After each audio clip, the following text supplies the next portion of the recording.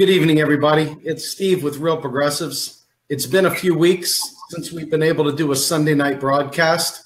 We miss our friend Ellis Winningham. Hopefully he'll be back in the future soon. But in the meantime, though, we figured we'd kick off our Sunday nights with a guest that everyone knows well, Dr. Bill Mitchell. Dr. Bill Mitchell is one of the gentlemen whom I have found the closest relationship to in terms of the way they view the economy as well as their political bend. And it's Bill Mitchell's blog, the Billy blog, that has given me so much information, so much of the background that I use to bring you all the information that Real Progressives brings. So without further ado, let me bring on our guest, Dr. Bill Mitchell. Welcome to the show, sir. Thanks very much, Steve. I got to tell you, it was an amazing opportunity. I know that you're an economist, but to me, you're a hero. To be able to meet with you and to watch you play your guitar and to experience just being around you in your element was a tremendous honor. I was so grateful to be a part of the UMKC, World Conference of Modern Monetary Theory. What were your thoughts about that? Well, it was a very interesting exercise. The numbers were great. I think there was around 250 people there, and that's pretty good for what we might term to be a fringe academic conference. But I'd say more than that is that two other things that I noticed. One was that unlike other academic conferences, and I'll qualify that term in a moment, it wasn't just about economics. There were other disciplines represented, all buying into the exercise. So we had panels from lawyers, from environmental scientists, and from people in the humanities. I thought the humanities panel was fantastic.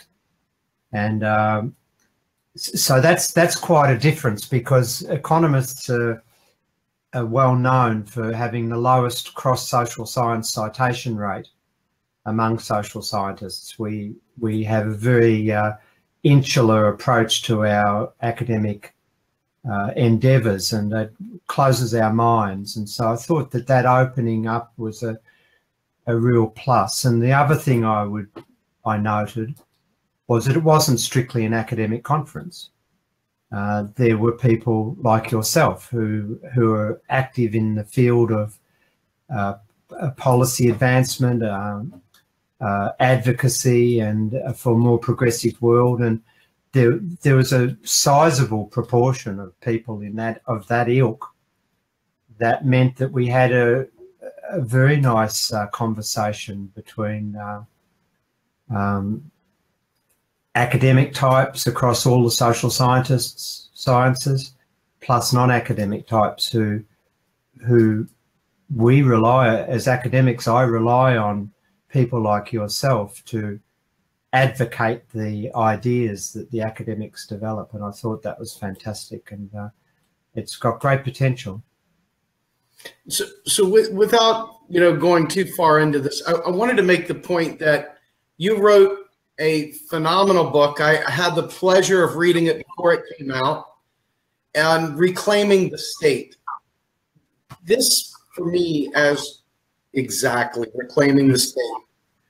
I think it's very important for people to understand that as much as we talk about MMT, and there's groups out there that like to dust off the glass of the MMT showcase at the museum, but you're someone who sees this in its practical application. You're someone who sees this as how it impacts individuals, how it impacts our lives, our families, our countries.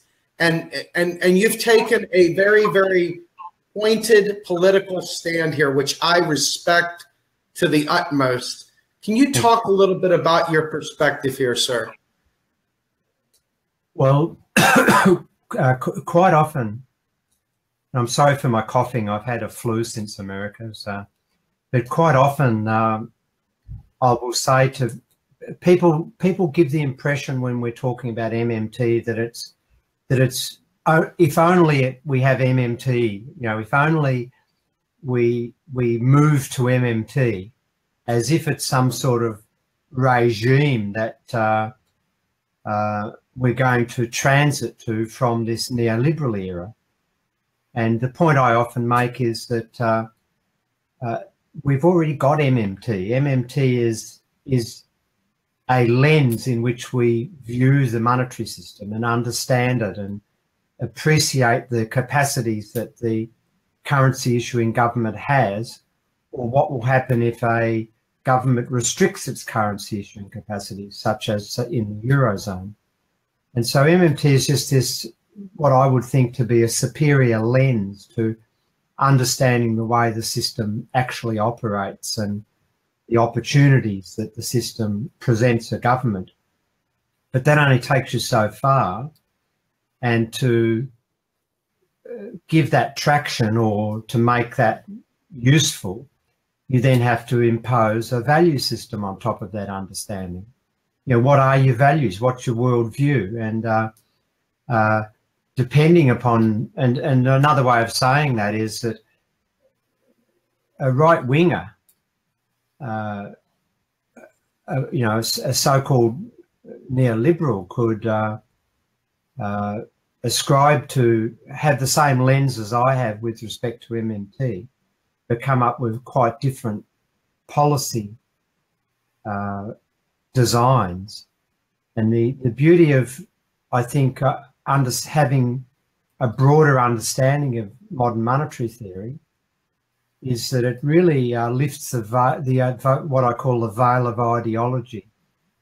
And so, for example, a politician who was introducing policies that had no hope of achieving full employment or prosperity for the poor in the society in question could no longer say, oh, well, we haven't got enough money, we can't afford to create jobs.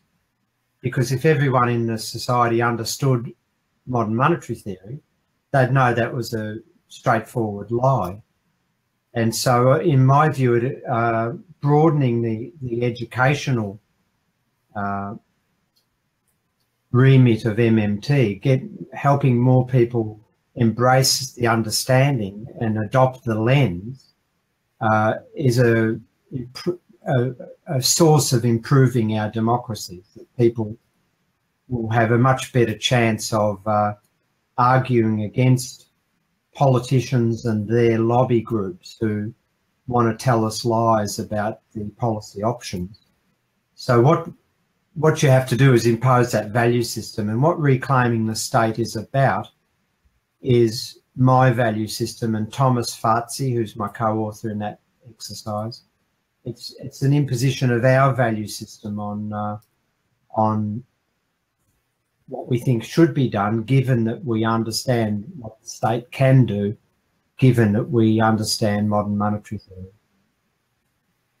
That's fantastic. So when we look at, the question that I think most of our audience is interested in knowing is, what can we as activists do with this knowledge? How does our being educated in this information change society, change government, change what they are willing to do? Well, what we argue in Reclaiming the State is that at key turning points in history, and we look at the mid-1970s with the British Labor government, and where they claimed they had to borrow money from the IMF because they'd run out of money.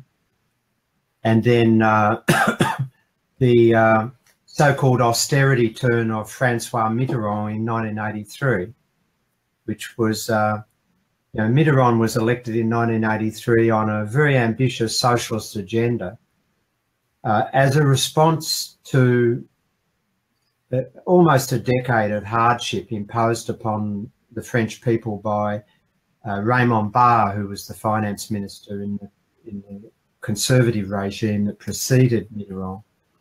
And this was a typical neoliberal. He was the first monetarist neoliberal, really, before Thatcher.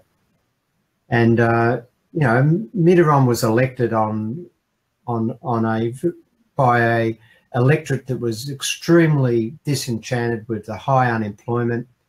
The neoliberal monetarist regime hadn't achieved its agenda of controlling inflation. And Mitterrand was elected on a very ambitious agenda to restore prosperity, create work, enhance industry and whatever. And within a very short time, he was completely taken over by neoliberals, and Jacques Delors was his finance and economy minister, and he had become a monetarist by then. And so what we saw in these historical episodes was the left basically buying the neoliberal agenda that the state was subjugated by global financial interests, and if it dared do anything that was contrary to what the big investment banks and the hedge funds and what have you desired, then those global financial interests would close the government down and send it bankrupt. And this became the sort of mainstream left mantra, the progressive mantra. And so what you saw was a sequence of governments, socialist parties, social democratic parties, Labour parties, Democrats in the US, all adopting this line that the nation state was weak now, that it had to adopt conservative economic policies to allay the global financial markets and all the rest of that narrative that we've still got today. But the right adopted a different view. It knew very well that it had to achieve its agenda through the state. It understood that the state was not weak at all, that short of raising an army and invading countries, the right had to introduce its agenda explicitly through the state by reconfiguring the state. And so if you go through all of the neoliberal policy changes, the privatisations, the outsourcing, the deregulation of financial markets and labour markets, the fiscal rules, the depoliticisation of fiscal policy, the rise of technocrats, the rise of central banks being the only credible aggregate economic policy unit. All of those things have worked through the state being co-opted and persuaded to make the changes through legislation and rules. And so what we argue in Reclaiming the State is that the left has to become smart again. It has to work out that once it understands that all of those stories about the financial market sending governments who issue their own currencies broke are false. Once you understand that a government who issues its own currency can buy whatever is for sale in its own currency, including all idle labour, which means that therefore mass unemployment is a political choice, not a financial imperative. Once you understand that the government can employ all idle labour if it wants to, and can do more than that, can enrich our education and health systems, and can re-regulate, can have industry policies, can re-regulate the financial markets, can impose capital controls, and a whole range of other things that the legislative power of the state allows, then there's no reason for these progressive parties to buy that neoliberal line. And as citizens who vote and who are members of parties or seek to bring pressure on those parties, then that we've got to adopt this line that we have to reclaim the state for progressive purposes and force our politicians to adopt progressive policies and stop telling us lies about the incapacity of the state to act in our interests. So this brings me to another concern. Our progressive media is largely just saying neoliberal nonsense. One of your videos, you had done a talk where you said many progressives are actually neoliberals. Can you explain the difference between what a progressive is and what a neoliberal is? Well, I mean, I use the term neoliberal in terms of the economic statements that are made. And I say that, say, for example, the Greens Party in Australia, I call them neoliberals on bikes. And what I mean by that is that their social and environmental agendas are first class. They believe in equity. They believe in the state regulating for climate change. They believe in providing opportunities to people in lower income groups. They believe in a whole range of what we might call identity issues. So same-sex marriage, you know, equal opportunity for women in the workplace, and a whole range of other what I call progressive stances.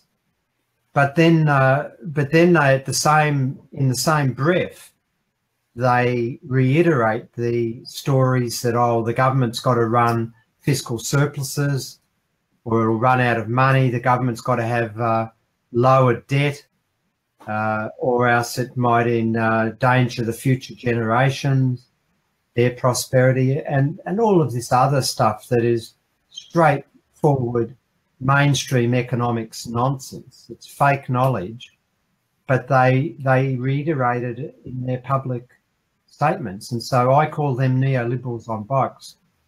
And the analogy extends to all of these so-called progressive parties. Like, you know, listening to Hillary Clinton talk during the presidential campaign about economics was straight neoliberalism, was straight belief in this false view that the so-called free market will deliver prosperity to all, that trickle-down economics, all of those ideas are straight neoliberalism. And no matter what she said about anything to do with equity or, you know, climate change or any of the rest of it, which may have been progressive, the bottom line is that you can't achieve those progressive ideals if at the same time you're adopting macroeconomic policies that constrain the capacity of the government to do anything much. And so what's progressive is a difficult thing to nail down explicitly, but it's about a concern for equity. I mean, my view is that you judge policy by how rich it makes the poorest person in the society, not by how rich it makes the richest person. And so, you know, progressive policies include a responsibility for creating jobs for all, wage fairness, policies that are open to providing opportunities to the poorest persons in the society. That's what I think is a progressive person espouses, and believes that the state has a unique capacity to make those things happen. The market will never make those things happen. It's not an adequate vehicle for doing any of that. Okay, so quick question. When you're looking at American views of what progressive is versus what your views of being a progressive might be, you realize that much of America is still infested and infected by Milton Friedman's view of the world. So much of what Milton Friedman said, basically his entire approach to quantity theory of money and the way that monetary policy versus fiscal policy, it is still corroding our entire lives every minute of every day. Your book spoke about Uncle Milty and his impact, if you will, on this. Can you talk a little bit about Milton Friedman's impact to what progressives face today as we try to overcome these hurdles? Excuse me. Well, I mean, Milton Friedman has blood on his hands. That's the reality. His view of the world has progressively been adopted by all major political parties, and by the mid-1970s, it was very difficult to find any academic discussion that wasn't reflecting the rising dominance of monetarism. Now, the sort of irony is that the first central bank to try Milton Friedman's policies about monetary targeting. So he had this view that to control inflation, the central bank needed to control the money supply.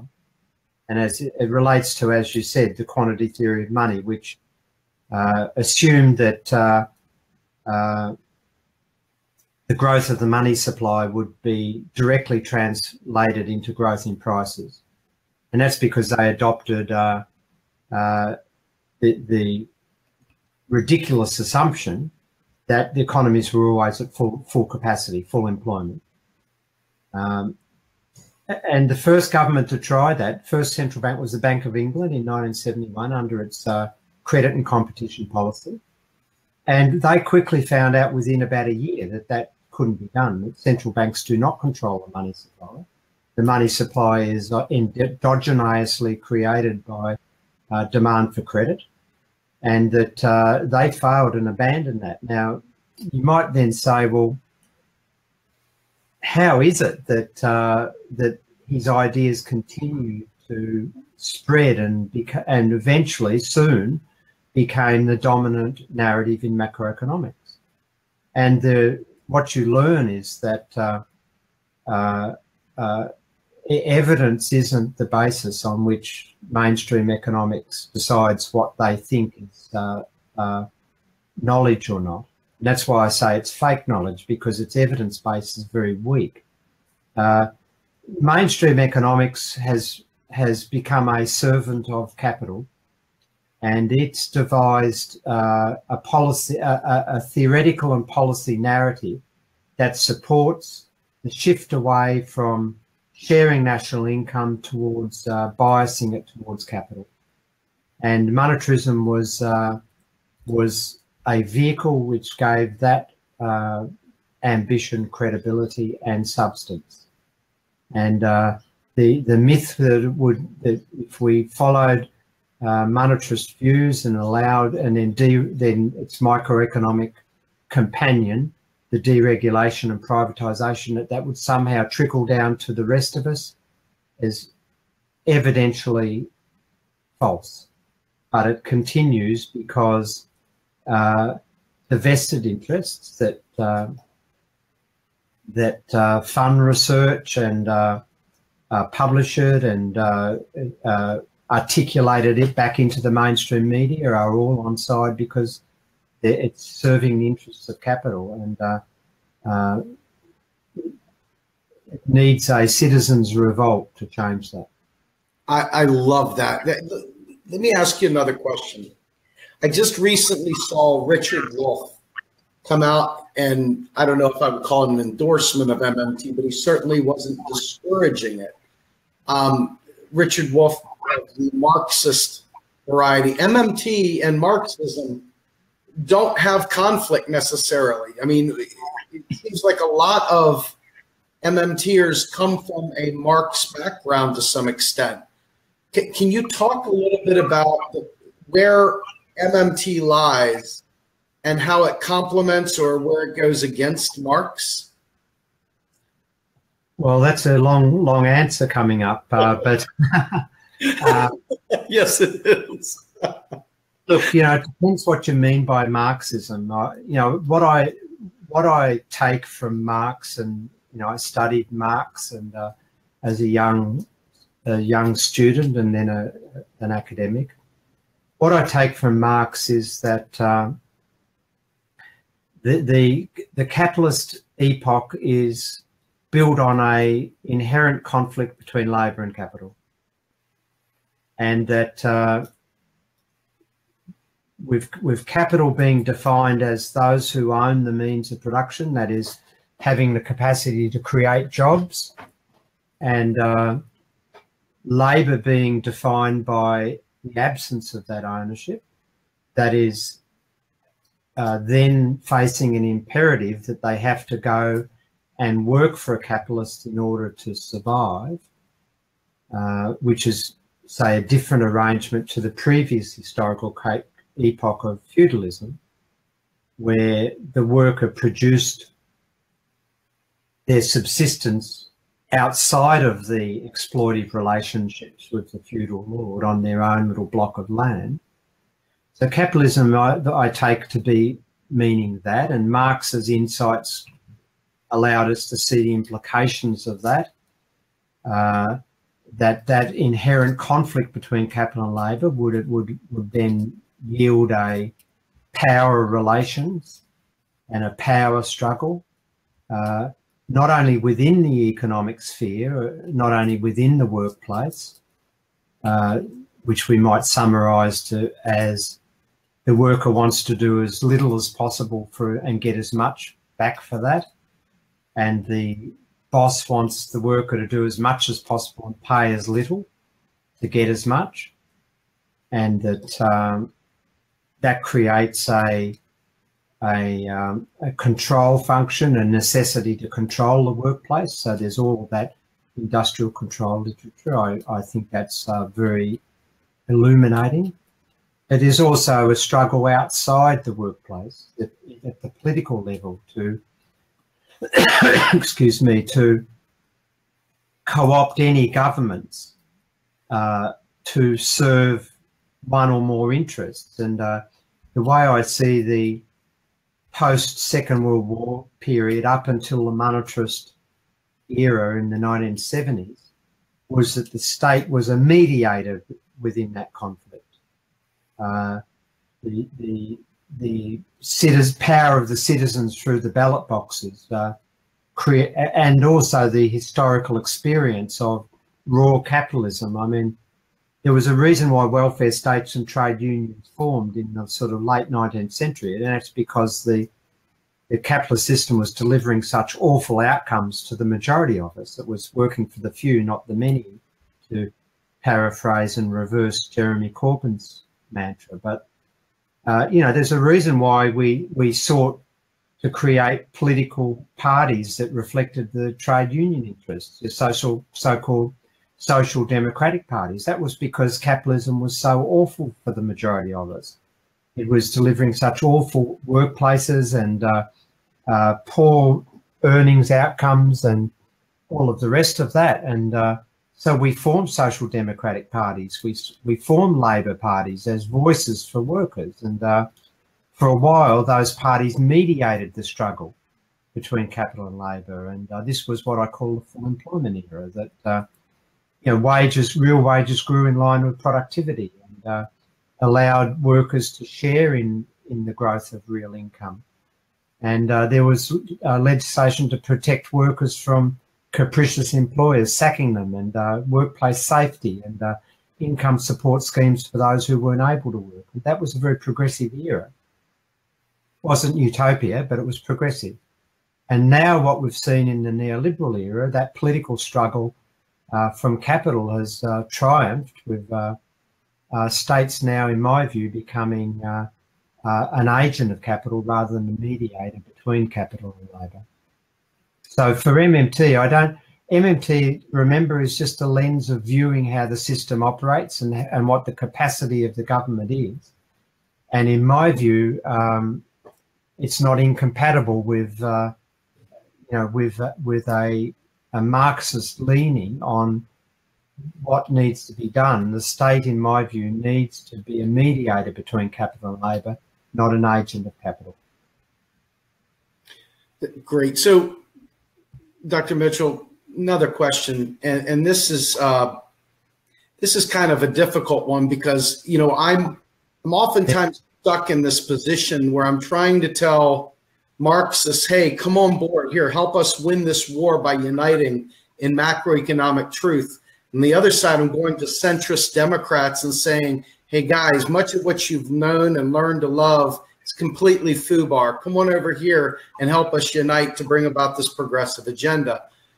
The reality is that you're telling them something so fundamentally different than what they've understood for so long that you find people within the movement so literally hell-bent on holding on to the economics of our oppressors that they can't make that leap to just see this for what it is.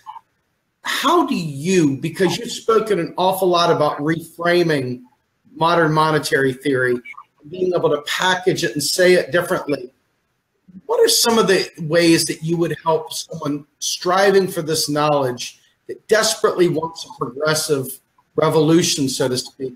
How would you package this in such a way that allows them to take ownership of this knowledge and march it forward? Well, I haven't been terribly successful at that myself. We've been chipping away at this for years, and we're only just starting to make traction. And we're learning as well as everybody else on how we can spread these ideas. But one thing I think is important is not to conflate the values with the lens. I think that's really critical. The task, there's two tasks. The first task is the educational task, to just ingrain the principles of modern monetary theory, which you can do in a way that doesn't require you to talk about Marx or Friedman or anything else. I think that's the first task, and I think some small stories are the best. Chipping away in a really small way is the way to start. And maybe just the two-person economy. I have a two-person economy story. If I'm just talking to somebody, I say, look, I'm the government, you're a person, you're the non-government.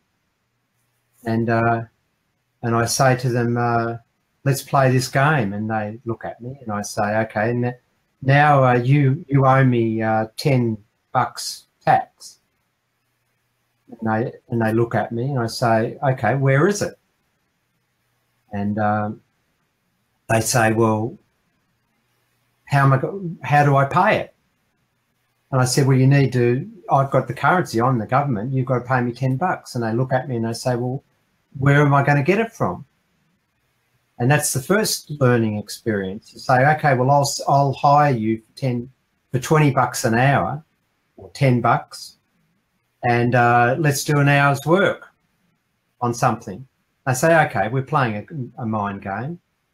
And they immediately understand that I have to spend that currency before they can pay me back in taxes.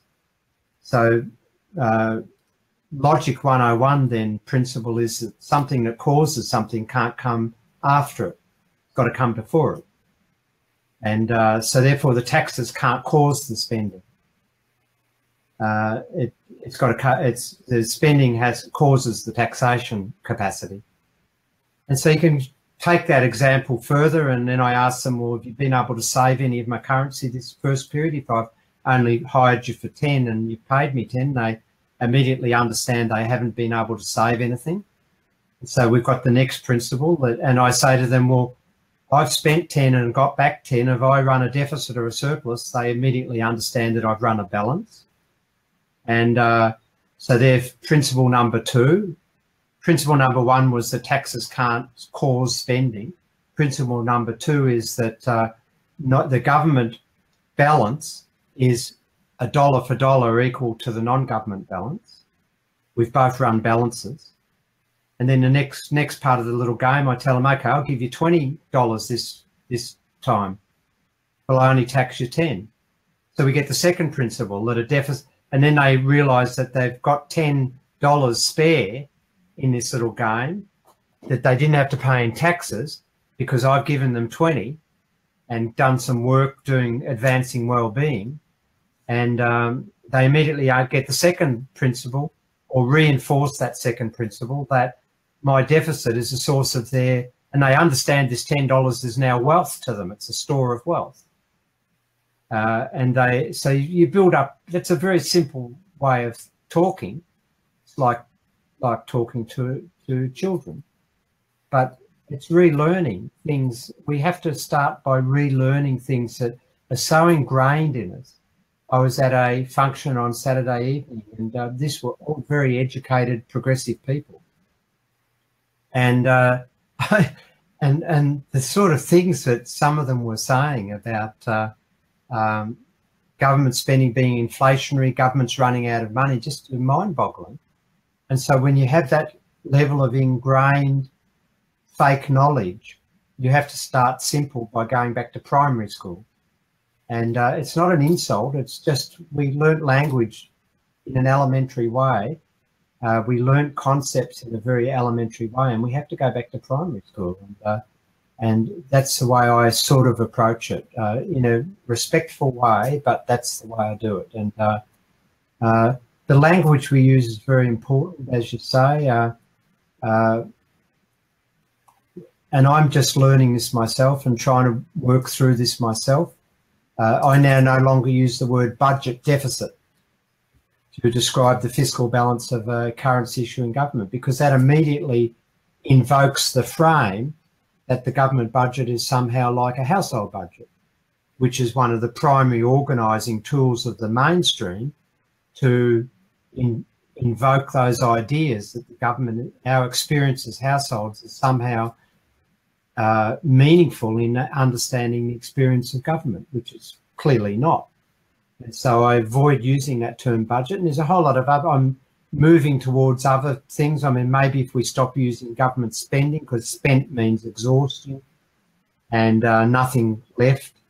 And maybe we should just use terms like government investment, which means expanding our fortunes rather than spending them off. And so I'm learning those things myself, but it's a real challenge and it's an ongoing journey.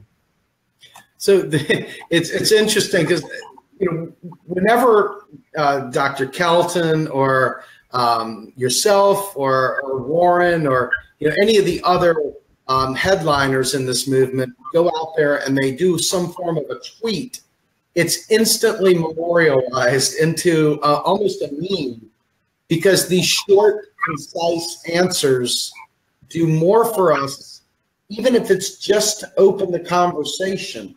You know, the article that Stephanie wrote for both the LA Times and the New York Times were like manna from heaven for those of us who are out there on the front line swinging away. Anytime one of these well-written, easy to consume articles comes out, it just gives us, you know, a full 5-course meal of information to dole out to others. You wrote a textbook as well, and I think this is a good transition here. You wrote the very first textbook that was purely from an MMT perspective. Can you talk a little bit about why that's important, what went into it, and what we should be expecting from it?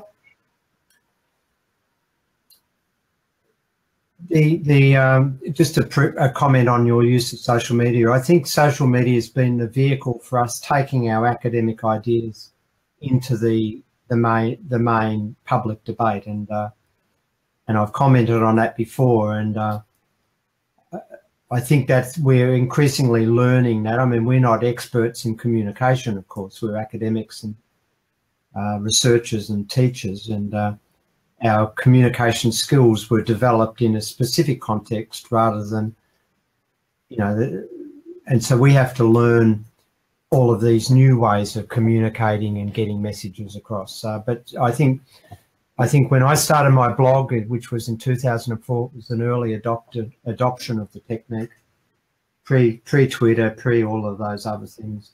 It started to bring our academic work into the main public debate, and I think people like Stephanie are very good at Twitter. I'm less good at Twitter because I'm too verbose, but I'm learning, and I think those things are really good. And it is definitely building the network and bringing together people from my side of the world, like academics, into bringing together with people like you who are advocates and activists. And that twain has to meet and strengthen, and on the progressive side, and that's a great thing. In terms of the textbook, we've already got an introductory textbook out that we put out earlier for a teaching program at my university. But now we've completed the manuscript for the next version, which is a 2-year university sequence in explicitly written in an unapologetic manner from an MMT perspective. It's from Randy Ray, myself, and Martin Watts. Macmillan will be publishing that. They're the largest textbook publishers in the world. They're publishing that in April 2018. And the fact that Macmillan has taken it up is an extremely significant move in my view, because, as I said, they're the largest textbook publisher in the world. They're a commercial publisher, and they won't publish anything they can't make a buck on, or think they can make a buck on. Whether they do is another question, but they've obviously assessed that, and our approach is unapologetic. I mean, it's not a sort of a mainstream book with a bit of MMT in it. It's front and centre MMT. We don't adopt the view of where we trot out the neoliberal or the mainstream macroeconomics and then have a critique of it. We largely avoid that approach, and there are certain elements of mainstream macroeconomics in there, mostly as his history of economic thought, to make sure that our students understand the context in which we're writing, rather than leave them devoid of any historical understanding of where my profession has gone. But it's front and centre MMT.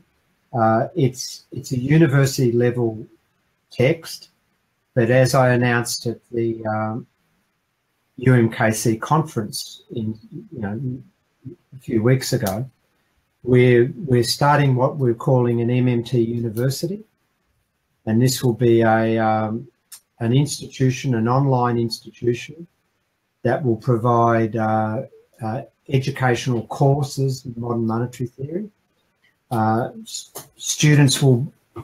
Some of those courses will be based upon the textbook, so they'll provide university level education for those that wish to engage at that level. But we'll also be providing other courses which we might call, and with respect, primary school MMT courses. So very, very introductory courses. Some of them will be just short courses, but they'll be short. They'll be at a level which will allow people to progress intellectually up to the university level courses, even if they've never had a university or college in your context education. And so I think that that's going to help us expand the informed populace, because one of the problems is that we don't want MMT to become a sort of popularized story where corners are cut on what's correct, what are correct statements and what are not. So we've been talking about a quality assurance framework to make sure that when people are saying they are representing MMT, then what they're doing is really advancing the ideas and not involving themselves in fictions. And so the MMT University will be a vehicle to engage with those who want the most basic introduction through to those who want to have a university level. Now, it's not going to offer awards at this stage, but I'm hoping over time we'll be able to articulate formal arrangements with existing university programs where they credit students who have done the MMT courses with credits within a formal university program elsewhere. Very good. So one of the questions that I think comes up nearly all the time is inflation, the concerns of inflation, traditional sources of inflation. Typically the word printing money comes up. We realize that that's not really the case. The real case has to do with resources and the availability of resources on demand. Can you talk a little bit, if you were presenting to a government that was really taking a serious consideration of MMT, how they might view the role of resources, inflation, and spending, that relationship there? Could you frame that for us? If I can, it's often stated by critics of MMT, and what's happening over the last year or maybe 2 years is that the number of critics is growing, and I think that's a great thing, because that means that the period in which people just ignored us is over. And when you've got people criticising you, it means that they're seeing it as a threat to their own particular worldview. So I think that's good. But one of the things that they, short put downs is, MMTs think that fiscal deficits are unlimited, and that there's no constraint on the size of a fiscal deficit that a government can run. And they say that because they then invoke all of this stuff about inflation and running out of money and all of that. Now, it's totally false. None of the main MMT academics have ever said anything remotely like that fiscal deficits are unlimited. What we say, or what I say, is that a currency issuing government can buy whatever is for sale in its own currency, and that's the limit. And when you think about it like that, there's no financial constraint on governments doing that, because that government issues its own currency. But what the constraint that the government that issues its own currency faces is a real resource constraint, as you pointed out. And real resources are capital and labour and land and the things that go into production. And if a government desires, has the political will, it can ensure that all idle productive resources are brought back into productive use in one form or another. But it can't do more than that. And if it tries to spend beyond the amount of spending that's required to bring those resources back into production, then of course it's going to be adding inflationary pressures. And so the inflation constraint is the available real resources that can be purchased with the government's currency. And so that tells you what the limit on the fiscal deficit should be if the non-government sector desires to run a surplus. And that is that the government deficit should be such that it makes sure that all idle resources are productively engaged. Not a dollar more than that. And most people say, oh yeah, but if you keep doing that, you'll just eventually get inflation. Well, no, you won't. Because what we know is that population sizes grow and productivity grows. And so the capacity of the real side of the economy, the productive side of the economy, is growing as well. And so that creates an imperative that spending in the economy grows in proportion with that. Because if the productive side, the supply side of the economy is growing, then the demand side has to follow it. Otherwise, you'll get insufficient spending in the economy, and a lack of, you'll get unemployment and recession. And so the government can run continuous deficits, and its spending can, in nominal terms, dollar terms, increase continuously without there being inflation, as long as they're sitting within that inflation constraint I mentioned. Now, then the Conservatives wheel out, well, they used to wheel out the Weimar Republic, but now they've become more modern, and they talk about Zimbabwe. Now, the only relevant thing about Zimbabwe was it was a great song that Bob Marley wrote and sang. But the relevance for inflation and fiscal deficits is virtually zero. And the reason I say that is because, as I've explained in the past, the hyperinflation that Zimbabwe experienced was due to policies introduced by Robert Mugabe to reward his freedom fighters who broke the colonial yoke. And he awarded freedom fighters who were good at shooting up things, he awarded them, gave them land control of farms. Now, the two problems emerged was the farming in Zimbabwe was among the most productive in the world. It was held by whites, owned by whites. And the freedom fighters that took over those farms were not farmers, they were freedom fighters.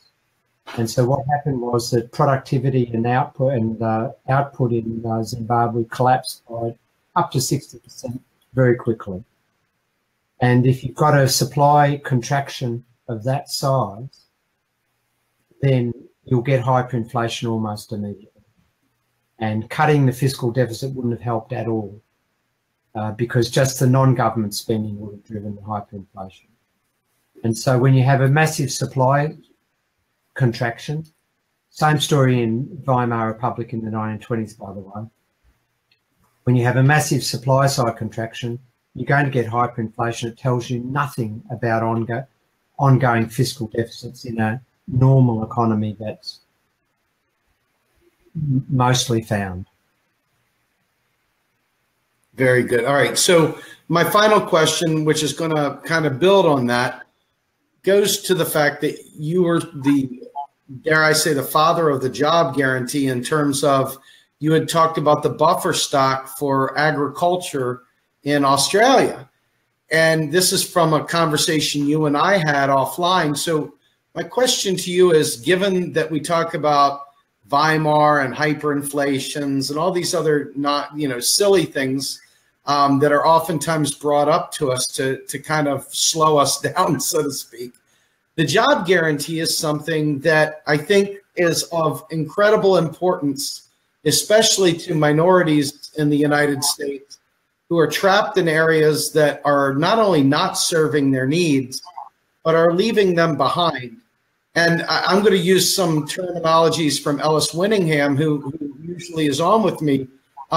He basically said that the job guarantee allows mobility, which these affected communities never experienced before. Suddenly they can pick up and go wherever they want and have a job the next day, as it is their right to do so, with fringe benefits, etc.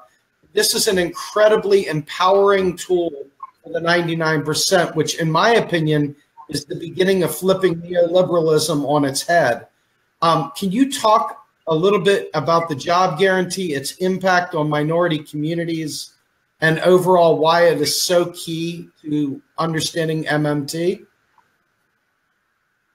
Well, hopefully I can. I'm not sure I'd call myself the father. I wouldn't call myself the father of job guarantee. Clearly in this modern era, the terminology, I reintroduced that terminology. Others have talked about this in earlier periods, both the term and the concept. What I think, and Warren and I came to this separately.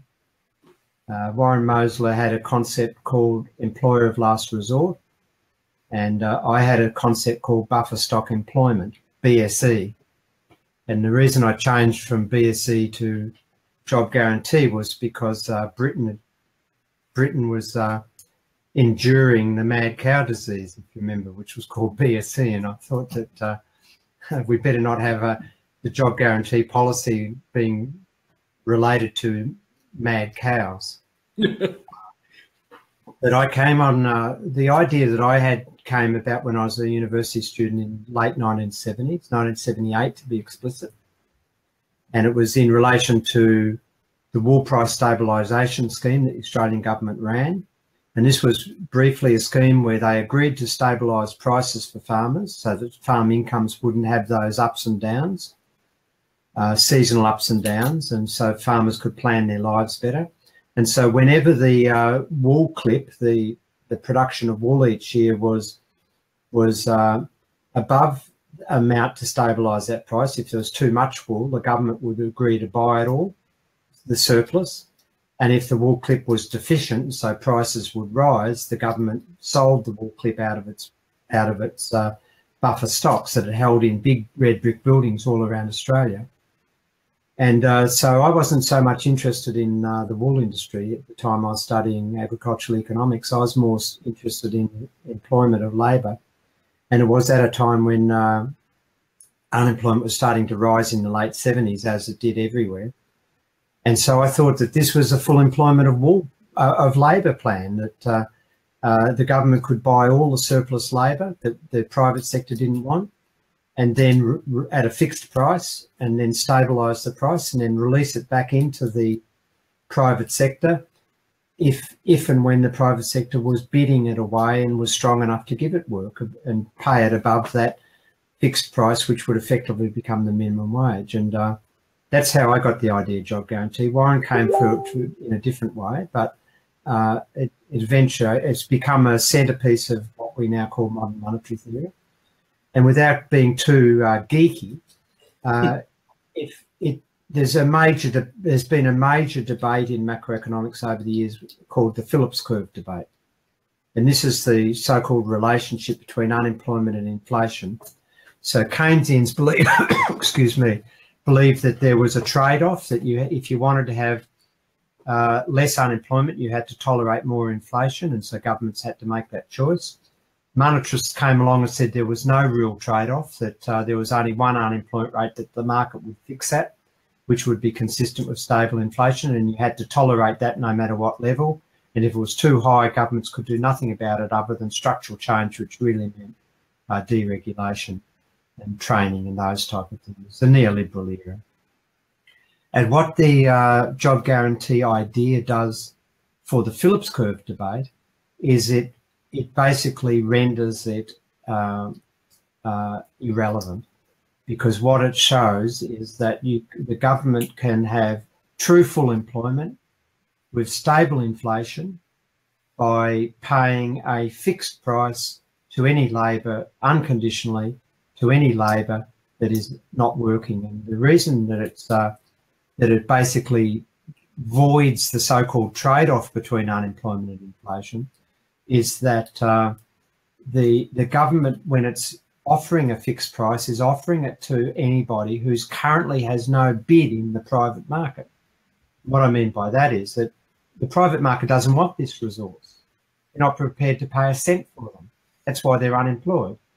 And so the government is not competing with the private sector for any market resource at all. They're buying labour that the market doesn't want. And so that can't be inflationary. And so this I saw this as a very important step in the development of macroeconomic policy and understanding that you no longer had to accept that there was a trade-off or no trade-off between unemployment and inflation. You could have price stability and full employment both together. And how that, to me, that's a very empowering thing for communities, because it recognises that the state has a responsibility for full employment, that that any unemployment is then a political choice, and then citizens have to demand, well, what the hell are you doing if you're just making this political choice? Whose politics are you serving? But moreover, it recognises that the state chooses the unemployment rate and can choose a very low unemployment rate if it desires, and we force it to, as through citizens' action. And a low, and you know, the major cause of poverty and dislocation is unemployment. And the job guarantee, as you said, is an empowering policy framework. It gives income security. It's a framework that it could incorporate skill development. It's a framework that can incorporate inclusion of minorities that don't find themselves able to work, and I'm thinking people with disabilities that private sector will never employ, and so the public sector has a flexible framework that can employ people with adequate clinical support as well as the job.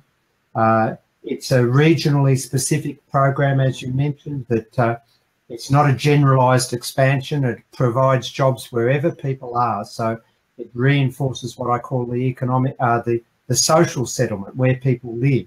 It brings the economic settlement where jobs are to where people live, and stops this sort of bleeding of regional areas where there's no industry anymore. And it can also be used as a really powerful force to meet unmet community and environmental needs. And I think it's a really evolutionary framework, which is why I can't understand why progressives have increasingly opted to support basic income guarantees. But I think that's another topic of conversation for us.